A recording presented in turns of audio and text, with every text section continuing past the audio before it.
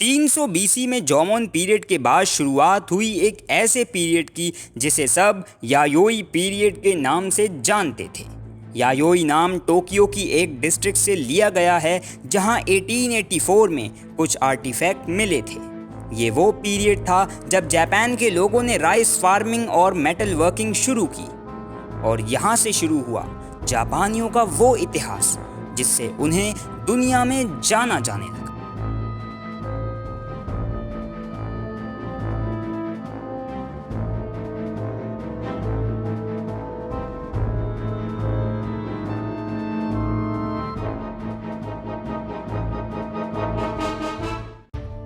जॉमोन period अब खत्म हो रहा था। जो लोग जापान की ज़मीनों पर बसना शुरू हुए उन्होंने स्टोन टूल्स और मेटल के अलावा अब एग्रीकल्चर भी शुरू कर दिया था। कोरिया से कांटेक्ट के बाद जॉमोन वासियों ने चावल की खेती करना शुरू कर दी।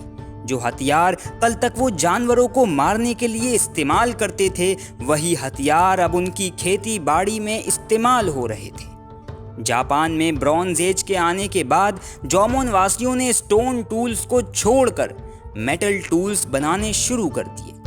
क्योंकि चावल की खेती पानी में हुआ करती थी, इसलिए इन लोगों ने इरिगेशन सिस्टम भी डेवलप करने शुरू कर दिए थे। देखते ही देखते इन लोगों ने अपनी डाइट राइस, मिलेट, बीन्स और गोट बना ली और इन लोगों को यायोई पीपल कहा जाने लगा। चावलों की खेती के लिए इस्तेमाल होने वाला सामान और चावलों को स्टोर करने के लिए ग्रैनरीज बनाई जा रही थी। एग्रीकल्चरल रेवोल्यूशन की वजह से पॉपुलेशन की ग्रोथ होने लगी थी। तकरीबन 2 लाख लोग छोटे छोटे टाउन्स और विलेजेस में बंटकर जापान की ज़मीन पर रहने लगे थे। शुरुआत में ये लोग पिट हाउसेस में रहा करते थे, लेकिन धीरे धीरे इन्होंने वुडन स्ट्रक्चर हाउसेस बनाना शुरू कर दिए। इनकी पॉटरी भी जॉमोन वासियों के मुकाबले बहुत आसान हुआ करती थी। लॉन्ग नेक जार और डीप पॉटरी यायोई पीरियड की फेमस पॉटरी मानी जाती थी। हालांकि यायोई लोग कोरिया और चाइना के कांटेक्ट में आ गए थे, लेकिन फिर भी ट्रेड उनकी पहली प्रायोरिटी नहीं थी। यायोई पीरियड में बहुत सारी सिटीज़ भी पैदा हुई। 200 एकड़ का एक शहर जिसका नाम असाही था, यायोई कल्चर का सबसे बड़ा शहर माना जाता था। यायोई पीरियड में अब सोसाइटी भी जन्म लेने लगी थी। 100 एडी तक 100 कबीले बन चुके थे। ये कबीले आपस में लड़ते रहते थे और ताकत हासिल करने के लिए एक दूसरे के साथ अलायंस भी बनाते थे। ये सोसाइटिकल स्ट्रक्चर देखते ही देखते पॉलिटिकल स्ट्रक्चर में तब्दील हो गया। ये लोग छोटे छोटे किंगडम बनाकर इनमें अपनी मिलिट्री और इकोनॉमिक रूल बढ़ाना चाहते थे। हालांकि जापान ब्रॉन्ज एज में आ गया था, लेकिन अभी भी मेटल की सप्लाई बहुत हद तक लिमिटेड थी और इसलिए मेटल आइटम्स सिर्फ वही लोग इस्तेमाल करते थे जो बहुत ज़्यादा अमीर हुआ करते थे। मेटल के साथ साथ सिल्क और ग्लास कुछ ऐसे मटेरियल्स थे जो कोयोशू में प्रोड्यूस होते और अमीरों के घरों की शान बनते। एक बहुत इंटरेस्टिंग फैक्ट जो यायोई पीरियड में बहुत फेमस था, वो ये था कि अमीरों की बहुत सी बीवियां हुआ करती थी और जिन लोगों की कम बीवियां होती वो रास्ते पर फकीरों की तरह खड़े होकर अपना पैसा लुटाया करते थे। ये लोग बहुत से देवताओं को पूजा करते थे। ये अपने सारे फेस्टिवल बहुत धूमधाम से मनाते थे। ब्रॉन्ज आइटम जैसे मिरर और बेल इनकी सेरेमनीज में यूज हुआ करते थे। इनकी ग्रेव्स भी अलग अलग हुआ करती थी, यानी अमीर लोगों के लिए बड़ी सी जगह चुनी जाती और गरीबों को एक ही जगह पर पास पास करके दफना दिया जाता।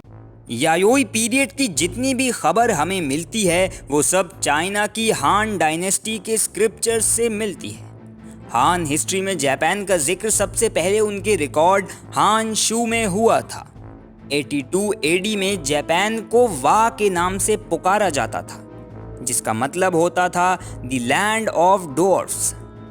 ये ज़मीन जिसको चाइनीज़ वा कहकर बुलाते थे 100 किंगडम से मिलकर बना हुआ था और हर साल चाइना को कोरिया से पैसा दिया करता था। जापान का एक और डिटेल्ड रिकॉर्ड VZ में किया गया है जो 297 CE में लिखी गई थी। 240 CE के एक रिकॉर्ड से पता चलता है कि वी चाइनीज़ लोग जापान कैसे आए और उन्होंने जापान के सबसे ताकतवर कबीले यामातो को देखा। उन्होंने यामाटो की रानी हिमिको को भी देखा था, जो एक शामान थी, यानी जादू टोना किया करती थी।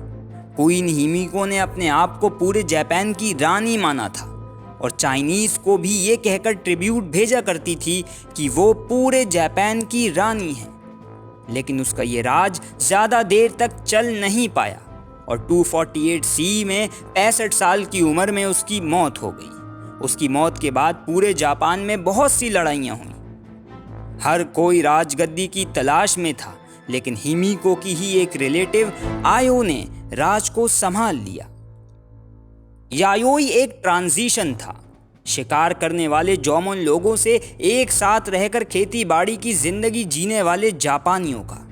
अभी इसका इतिहास खत्म नहीं हुआ, अभी तो बहुत कुछ बाकी है।